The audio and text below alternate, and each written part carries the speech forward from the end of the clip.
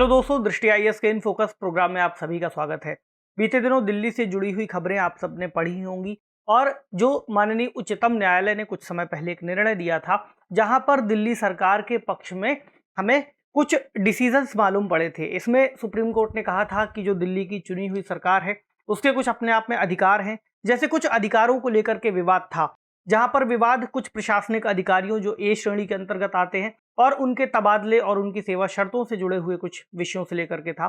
तो पहले अभी तक ये आदेश आते थे कि जो भी अधिकार होंगे वो माननीय उपराज्यपाल जी के पास होंगे, लेकिन अब सुप्रीम कोर्ट ने एक निर्णय में कहा था कि जो अधिकार होंगे वो चुनी हुई सरकार के पास होंगे, ताकि जो पूरी व्यवस्था है सरकार के तहत और लोकतंत्र के तहत सरकार का चुनाव है वो अपने आप में मान्य हो सके। अब इस निर्णय के बाद केंद्र सरकार ने कुछ और डिसीजंस लिए हैं, जैसे कि केंद्र सरकार इससे जुड़ा हुआ एक अध्यादेश लेकर के आई है और एक रिव्यू पिटीशन या हम कहें समीक्षा याचिका सुप्रीम कोर्ट के पास दायर की है।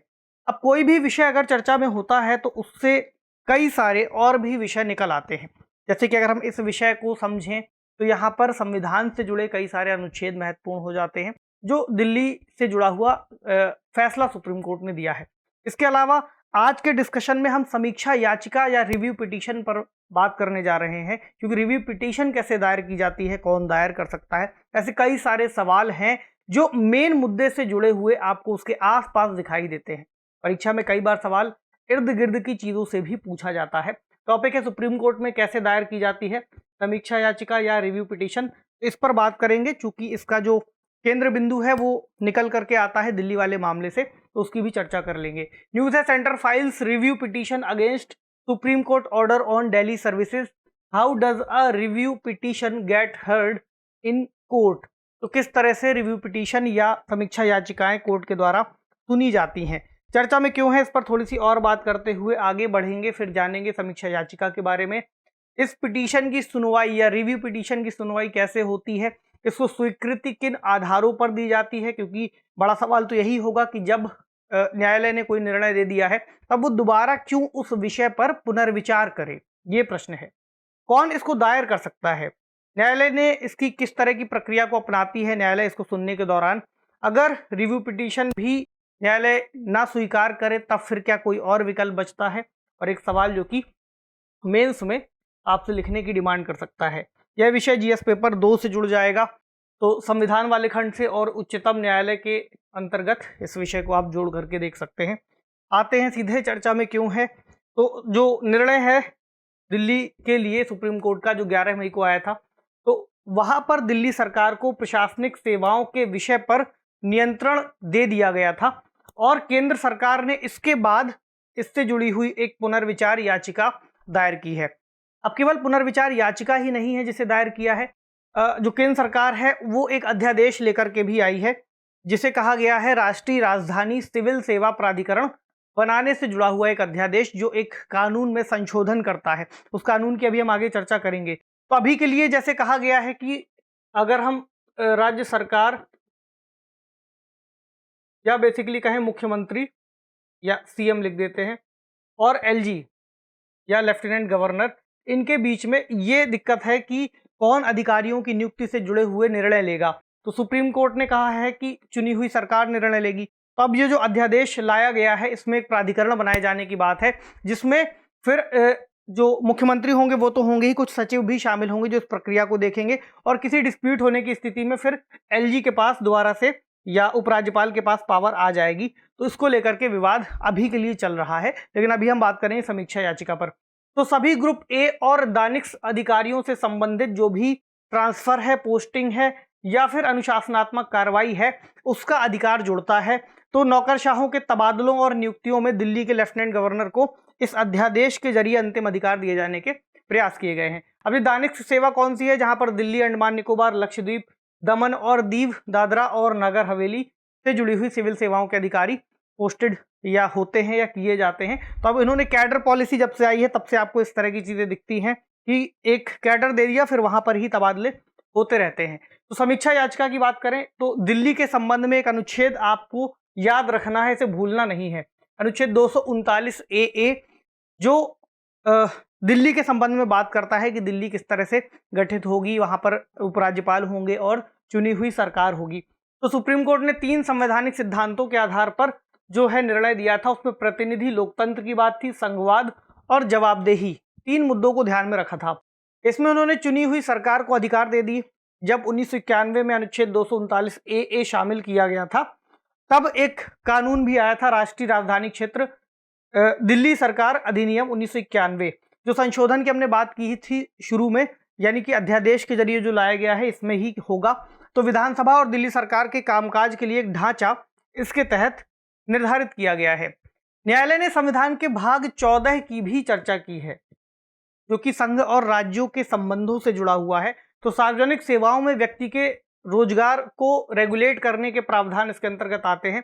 तो केंद्र सरकार के अंतर्गत, या हम कहें संघ राज्य संबंधों में, केंद्र सरकार और राज्य सरकारों के बीच में संबंधों को देखा जाना है। तो केंद्र शासित प्रदेशों पर भी लागू होंगे, जिसमें दिल्ली भी शामिल है। इस आधार पर जो निर्णय है वो महत्वपूर्ण है, जो सुप्रीम कोर्ट ने दिए थे, लेकिन अब के लिए थोड़ी सी स्थिति बदल रही है। तो भारत का संविधान भाग 8 जो कि 239 का की बात करता है, या ए की बात करता है, जो दिल्ली के संबंध में विशेष उपबंधों की बात बताता है।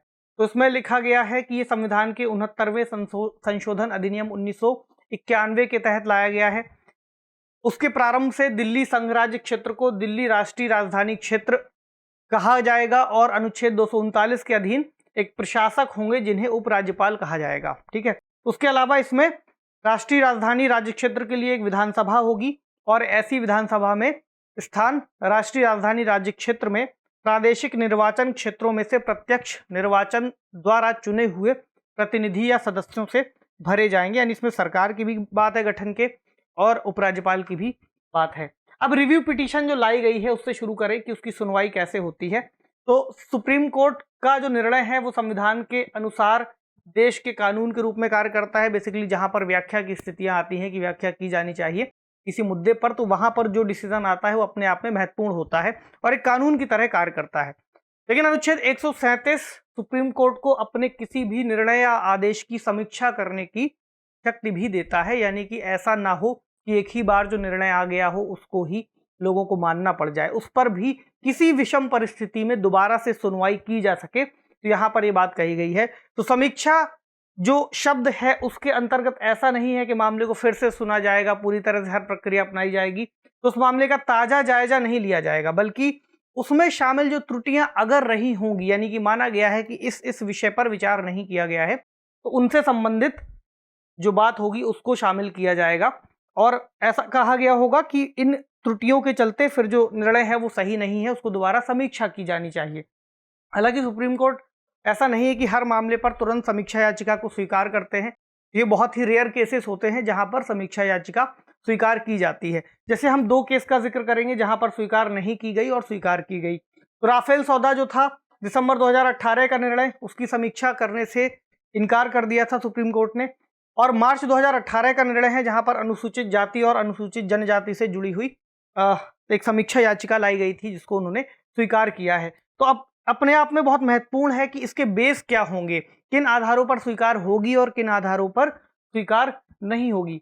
इसके आधारों की चर्चा है यहाँ पर। 2013 के निर्णय में सुप्रीम कोर्ट ने समीक्षा के लिए 3 आधार बताए थे। पहला आधार ये है कि नए और महत्वपूर्ण मामले या साक्ष्य की खोज हो जाए, मतलब कि उस मामले से जुड़ा हुआ कोई ऐसा तथ्य सामने आ जाए जो अब तक इसके बारे में जानकारी नहीं थी, या फिर जो उस मामले से जुड़ा हुआ पक्षकार था उसने उन्हें प्रस्तुत नहीं किया था। तो याचिकाकर्ता को या तो पता ना रहा हो पहले ऐसे साक्ष्य, या वो प्रस्तुत करने की स्थिति में ना रहा हो, तब इनको स्वीकार किया जाएगा। दूसरा, कोई गलती हो गई हो या रिकॉर्ड में किसी तरह की कोई दिक्कत हो गई हो। इसके अलावा एक तीसरा आधार है कोई अन्य पर्याप्त कारण। जो अन्य पर्याप्त कारण है उसका मतलब एक ऐसे कारण से है जो बाकी के 2 आधारों के साथ तुलना की जा सके, यानी जो उतना ही महत्वपूर्ण हो जिस हिसाब से बाकी के 2 आधार बताए गए हैं, तब फिर किसी समीक्षा याचिका को स्वीकार किया जा सकता है। इसके अलावा कौन दायर कर सकता है, ये भी एक सवाल होगा कि क्या केवल वही व्यक्ति दायर कर सकता है या वही याचिकाकर्ता दायर कर सकता है जिसने पहले मामले को देखा हो। तो सिविल प्रक्रिया संहिता और सर्वोच्च न्यायालय के नियम ये बताते हैं कि किसी भी व्यक्ति के द्वारा किसी फैसले से असंतुष्ट होने पर समीक्षा की मांग की जा सकती है, और कोई अन्य व्यक्ति भी ऐसी मांग कर सकता है। तो जो न्यायालय होगी वो दायर की गई हर समीक्षा याचिका पर विचार नहीं करेगी, जैसा भी हमने पीछे जाना। उसके पास एक विवेकाधिकार है इससे जुड़ा हुआ कि वो किन मामलों को स्वीकार करे और किन को ना करे। ऐसे में जो आधार हैं वो बहुत महत्वपूर्ण होंगे कि सुप्रीम कोर्ट उन आधारों के हिसाब से निर्णय लेगी कि क्या वाकई में उन पर विचार किया जाना जरूरी है या नहीं है। तो अब न्यायालय की प्रक्रिया किस तरह से कार्य करेगी इसको समझ लें। सुप्रीम कोर्ट द्वारा बनाए गए नियम है कुछ 1996 के, उसके अंतर्गत जो निर्णय है या आदेश जो पहले मामले में दिया गया है उसकी तारीख से 30 दिनों के भीतर एक रिव्यू पिटीशन दायर कर दी जानी चाहिए। अगर कोई ऐसा मामला होता है जहां पर पिटीशन थोड़ा लेट फाइल होती है, वहां पर सुप्रीम कोर्ट उस आधार को देखेगी कि क्या वाकई में जो देरी हुई है वो सही कारणों से हुई है। अगर ऐसा है तो फिर देरी को माफ भी किया जा सकता है कुछ विपरीत परिस्थितियों में। अब कौन से न्यायाधीश उनको सुनेंगे, तो कोशिश ये की जाती है जहां तक संभव हो कि जिन न्यायाधीशों ने उस मामले पर निर्णय दिया था वही उस मामले को सुने, उन्हीं न्यायाधीशों की जो बेंच है वो उसको सुने। लेकिन अगर कभी ऐसा हो जाए कि वो उपलब्ध ना हो या रिटायर हो गए हों, ऐसी स्थिति में जो वरिष्ठतम होंगे उस क्रम में, फिर उनको उस बेंच में शामिल किया जाएगा। अब अगर ऐसा प्रश्न है कि मान लीजिए रिव्यू पिटीशन भी खारिज हो गई, तब क्या फिर कोई और विकल्प बचता है? उसके बाद एक विकल्प और है जिसको हम क्यूरेटिव पिटीशन कहते हैं या उपचारात्मक याचिका कहते हैं। रूपा हुर्रा बनाम अशोक हुर्रा 2002 के मामले से यह अवधारणा सामने आई है।